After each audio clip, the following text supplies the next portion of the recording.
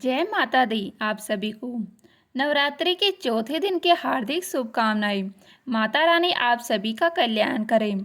आज की वीडियो में हम बात करेंगे शारदीय नवरात्रि 2025 के चौथे दिन के लिए पूजा का शुभ मुहूर्त क्या है और राहु काल का समय क्या रहेगा। नवरात्रि के चौथे दिन की पूजा विधि क्या रहेगी। आपको बता दें कि नवरात्रि के चौथे दिन माँ दुर्गा के चौथे स्वरूप माँ कुष्मांडा की पूजा की जाती है। तो आज हम आपको माँ कुष्मांडा की संपूर्ण पूजा विधि बताएंगे कि माँ कुष्मांडा की पूजा करते समय आपको किस रंग के कपड़े पहनने चाहिए और कौन सा फूल आपको माँ कुष्मांडा को अर्पित करना चाहिए और माँ कुष्मांडा का प्रिय भोग क्या है। इसके अलावा आपको बताएंगे कि माँ कुष्मांडा को प्रसन्न करने के लिए आपको कौन से मंत्र का जाप करना चाहिए। आपको बहुत ही छोटा और आसान सा मंत्र बताएंगे और इसके अलावा माँ कुष्मांडा की कथा भी सुनाएंगे। साथ ही साथ नवरात्रि के चौथे दिन किए जाने वाला एक इच्छा पूर्ति उपाय बताएंगे जिसके करने से आप अपनी मुंह मांगी मुराद पूरी कर सकते हो। लेकिन वीडियो शुरू करने से पहले आपसे निवेदन है कि यदि वीडियो आपको थोड़ा सा भी अच्छा लगे तो कृपया एक लाइक अवश्य कर दीजिएगा, क्योंकि आपका एक लाइक हमारे लिए बहुत ही महत्वपूर्ण होता है। और माता रानी की कृपा प्राप्त करने के लिए कमेंट बॉक्स में अवश्य लिखिएगा जय माता दी या जय माँ कुष्मांडा। तो चलिए बात करते हैं नवरात्रि के चौथे दिन की। नवरात्रि के चौथे दिन देवी दुर्गा के कुष्मांडा स्वरूप की पूजा की जाती है। माँ चंद्रघंटा को शांति, स्थिरता और साहस का प्रतीक माना जाता है।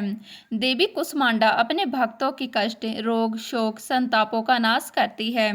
आपको बता दें कि कुष्मांडा का अर्थ होता है कुमंडा। माँ दुर्गा ने असुरों के अत्याचार से संसार को मुक्त कराने के लिए कुष्मांडा अवतार में प्रकट हुई। पौराणिक मान्यताओं के अनुसार देवी कुष्मांडा ने पूरे ब्रह्मांड की रचना की। ऐसी मान्यता है कि पूजा के दौरान उन्हें कुमंडे की बलि दी जाए तो वह प्रसन्न होती है। ब्रह्मांड और कुमंडे से उनका जुड़ाव होने के कारण ही माता का नाम कुष्मांडा पड़ा है। माँ कुष्मांडा को अष्टभुजाधारी भी कहा जाता है क्योंकि उनकी 8 भुजाएं हैं। उनके हाथों में धनुष, बाण, चक्र, गदा, अमृत कलश, कमल और कमंडल है। वही एक हाथ में सिद्धियां और निधियों से युक्त जाप की माला धारण करती है और माता सिंह पर सवार करती है।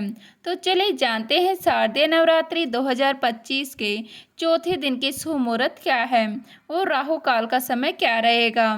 साल 2025 में शारदीय नवरात्रि का चौथा दिन 26 सितंबर 2025 दिन शुक्रवार को रहेगा और चतुर्थी तिथि की शुरुआत 25 सितंबर को सुबह 7:06 पर रहेगा और चतुर्थी तिथि की समाप्ति 26 सितंबर को सुबह 9:32 पर होगी। बात करें पूजा के शुभ मुहूर्त की तो सुबह की पूजा का शुभ मुहूर्त सुबह 6:11 से लेकर सुबह 9:12 तक रहेगा और शाम की पूजा का शुभ मुहूर्त शाम 4:43 से लेकर शाम 6:13 तक रहेगा और इस दिन अभिजीत मुहूर्त सुबह 11:48 से लेकर दोपहर 12:36 तक रहेगा और इस दिन सूर्योदय का समय सुबह 6:11 पर रहेगा और सूर्यास्त का समय शाम 6:13 पर रहेगा और इस दिन राहु काल का समय सुबह 10:42 से लेकर दोपहर 12:12 तक रहेगा। राहु काल अशुभ समय होता है। इस दौरान कोई भी शुभ कार्य, पूजा या उपाय ना करें। नवरात्रि के चौथे दिन माता कुष्मांडा की सभी प्रकार से विधि विधान से पूजा अर्चना करनी चाहिए। इस दिन भी सर्वप्रथम कलश और बाकी सभी देवी देवताओं की पूजा करें। तत्पश्चात आप एक लकड़ी की चौकी ले और उस पर स्वच्छ वस्त्र बिछा कर माता कुष्मांडा जी की प्रतिमा स्थापित करें। इस दिन पूजा में बैठने के लिए हरे रंग के आसन का प्रयोग करना बेहतर होता है और स्वयं नारंगी रंग के वस्त्र धारण करें।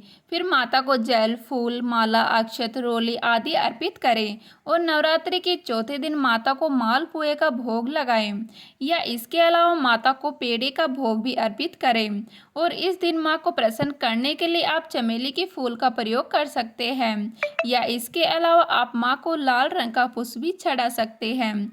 इस दिन मालपुए का भोग लगाने के बाद आप किसी ब्राह्मण को दान भी अवश्य करें। इससे आपके हर प्रकार के विघ्न दूर होते हैं। उसके बाद आप धूप दीप जलाकर माँ कुष्मांडा की कथा सुने और मंत्र जाप करें।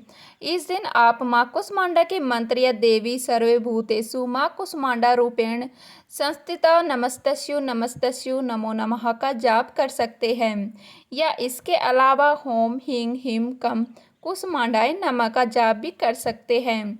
आप कम से कम एक माला का जाप अवश्य करें।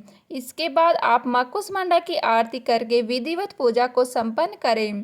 तत्पश्चात आप अपने हाथों में एक पुष्प लेकर और माँ कुष्मांडा का ध्यान करते हुए अपनी मनोकामनाएं बोलें, और इसके बाद आप यह फूल माँ कुष्मांडा के चरणों में अर्पित कर दें। इससे आपकी जो भी मनोकामना है वह माँ कुष्मांडा शीघ्र पूरी कर देगी। चलिए आप सुनते हैं माँ कुष्मांडा की कथा, जो इस प्रकार है। प्राचीन काल में त्रिदेव ने सृष्टि की रचना का संकल्प लिया। उस समय संपूर्ण ब्रह्मांड में घना अंधकार व्याप्त था। समस्त सृष्टि एकदम शांत थी। ना कोई संगीत, ना कोई ध्वनि, केवल एक गहरा सन्नाटा। इस स्थिति में त्रिदेव ने जगत जननी आदि शक्ति माँ दुर्गा से सहायता की याचना की। जगत जननी आदि शक्ति माँ दुर्गा के चौथे स्वरूप माँ कुष्मांडा ने तुरंत ही ब्रह्मांड की रचना की। कहा, माँ कुष्मांडा ने अपनी हल्की मुस्कान से सृष्टि का निर्माण किया। माँ के चेहरे पर फैली मुस्कान में संपूर्ण ब्रह्मांड प्रकाशमय हो गया। इस प्रकार अपनी मुस्कान से ब्रह्मांड की रचना करने के कारण जगत जननी आदि शक्ति माँ कुष्मांडा के नाम से जाना जाता है। माँ की महिमा अद्वितीय है। माँ का निवास स्थान सूर्य लोक है। शास्त्रों के अनुसार माँ कुष्मांडा सूर्य लोक में निवास करती है। ब्रह्मांड की सृष्टि करने वाली माँ कुष्मांडा के मुखमंडल पर जो तेज है वही सूर्य को प्रकाशवान बनाता है। माँ सूर्य लोक के भीतर और बाहर हर स्थान पर निवास करने की क्षमता रखती है।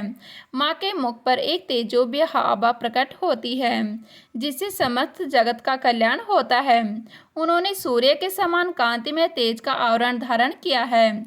यह तेज केवल जगत जननी आदि शक्ति माँ कुष्मांडा द्वारा ही संभव है। चलिए अब जानते हैं हम नवरात्रि के चौथे दिन किए जाने वाला इच्छा पूर्ति उपाय क्या है। आपको नवरात्रि के चौथे दिन एक पान का पत्ता और एक साबुत लौंग लेनी है। ध्यान रखें लौंग टूटी ना हो। और अब अपने पूजा के घर के आगे बैठ जाना। आप एक शुद्ध घी का दीपक जलाएं और माँ के सामने पान का पत्ता और उसके ऊपर लौंग रख दें और माँ से हाथ जोड़कर विनती करें और उनके मंत्र ओम देवी कुष्मांडाय नमः का कम से कम 21 बार जाप करें। और अगर आप 108 बार जाप करते हैं तो यह और भी अच्छा रहेगा। ध्यान रहे कि मंत्र का जाप करते समय बीच में आपको कोई रोके टोके ना।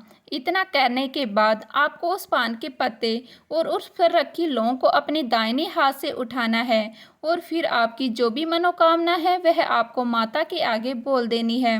फिर आप अपने दाहिने हाथ को प्रज्वलित दीपक के ऊपर से एंटी क्लॉकवाइज घुमाना है। आप ऐसा 5, 7, 9 या 21 बार कर सकते हैं। और फिर उस पान के पत्ते और लौंग को एंटी क्लॉकवाइज घुमाने के बाद अपने पूजा घर में दोबारा रख दें। इस पान के पत्ते और लौंग को आप रात भर अपने पूजा घर में ही रखा रहने दें और फिर सुबह उठकर स्नान आदि करने के बाद आप इस पान के पत्ते और लौंग को किसी बहते हुए जल में प्रभावित कर दें। अगर आपके आसपास कोई नदी या तालाब नहीं है तो आप इसे किसी वृक्ष जैसे पीपल या बरगद की जड़ में दबा भी सकते हैं। ध्यान रहे कि इस उपाय को करते समय आपको कोई टोके नहीं। और यह उपाय अगर आप रात 8 बजे कर रहे हैं या इसके बाद करते हैं तो और भी अच्छा रहेगा। तो बोलो माँ कुष्मांडा की जय हो। यह जानकारी आपको अच्छी लगी तो कमेंट में जय माता दी जरूर लिखें। और अगर आपको कोई सवाल है तो इस कमेंट बॉक्स में अवश्य पूछ लें। और इस वीडियो को लाइक करें, शेयर करें और साथ ही साथ चैनल को सब्सक्राइब करें। जय माँ कुष्मांडा की।